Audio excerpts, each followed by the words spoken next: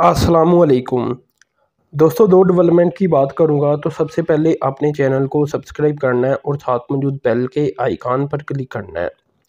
दोस्तों, चाइना का एक बड़ा ब्रांड और एक बड़ी इलेक्ट्रिक और हाइब्रिड व्हीकल्स मैन्युफैक्चरिंग कंपनी जिसका नाम है BYD कोऑपरेशन लिमिटेड, ये पाकिस्तान में अपना सेटअप लगाना चाहती हैं, यूनिट लगाना चाहती हैं मैन्युफैक्चरिंग का, ताकि पाकिस्तान में ये अपनी गाड़ियाँ तैयार करके यहाँ भी फ़रोख्त कर सकें और इससे पूरी दुनिया में एक्सपोर्ट भी कर सकें।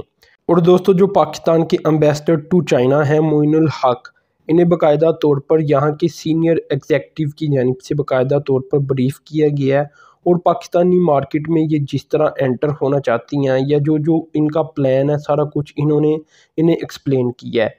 तो इंशाल्लाह ये भी कंपनी अब पाकिस्तान में आएगी, इन्वेस्टमेंट भी ये बहुत बड़ी करेगी और इनका जो मैन्युफैक्चरिंग यूनिट होगा सो वो सिर्फ पाकिस्तान के लिए नहीं होगा।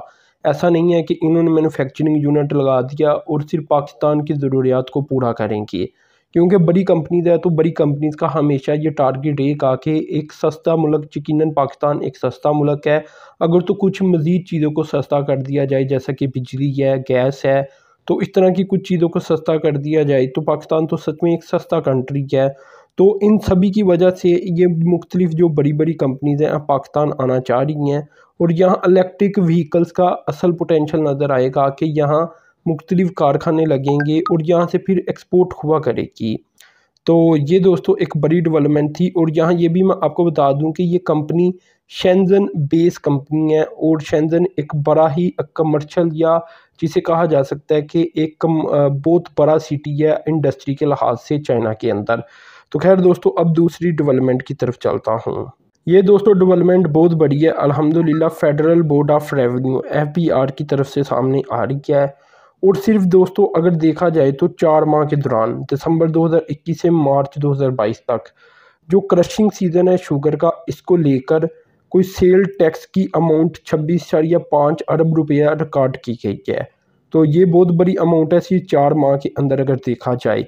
और ये जो माइल स्टोन है ये अचीव किया गया है ट्रैक एंड ट्रेस सिस्टम के ज़रिए। ये एक नया सिस्टम है जिसे इम्प्लीमेंट करवाया जा रहा है मुख्तलिफ सेक्टर के अंदर, और जो शुगर सेक्टर है इसके अंदर भी इसे लगाया जा रहा है, जिसकी वजह से ओवरऑल मॉनिटरिंग की जा रही है FBR की तरफ से प्रोडक्शन की, और इसके ऊपर जो सेल टैक्स लगता है वो अच्छी तरह से रिसीव किया जा रहा है।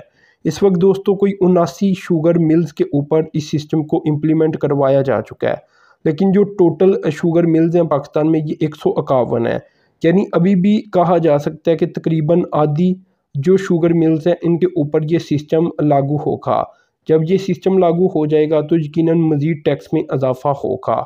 यहाँ दोस्तों ये भी मैं आपको बता दूं कि इस सिस्टम का आगाज़ अगर तो शुगर सेक्टर को लेकर देखा जाए तो प्राइम मिनिस्टर की जानिब से ही इसे लॉन्च किया गया था 23 नवंबर 2021 को। तो दिसंबर से लेकर ये मैंने मार्च तक का डेटा ही आपसे शेयर कर दिया, जिससे हमें ये पता चल रहा है कि अल्हम्दुलिल्लाह काफ़ी ज़्यादा तेज़ी के साथ जो सेल टैक्स है उसमें इजाफा हो रहा है इस सिस्टम की वजह से। इसी तरह दोस्तों इस वक्त जो शुगर की प्रोडक्शन है उसमें भी काफ़ी ज़्यादा इजाफा रिकॉर्ड किया जा रहा है और ये कोई 7.51 मिलियन टन रही है 24 मार्च तक अगर देखा जाए, जबकि पिछली बार ये 4 माह के दौरान 5.6 मिलियन टन तक थी। तो इसमें भी कुछ 34% इजाफा रिकॉर्ड कर लिया गया है।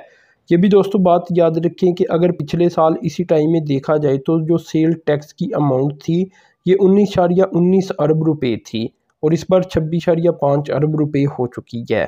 यानी 6.59 अरब रुपया ज़ायद इकट्ठा कर लिया गया सेल टैक्स में की मद में।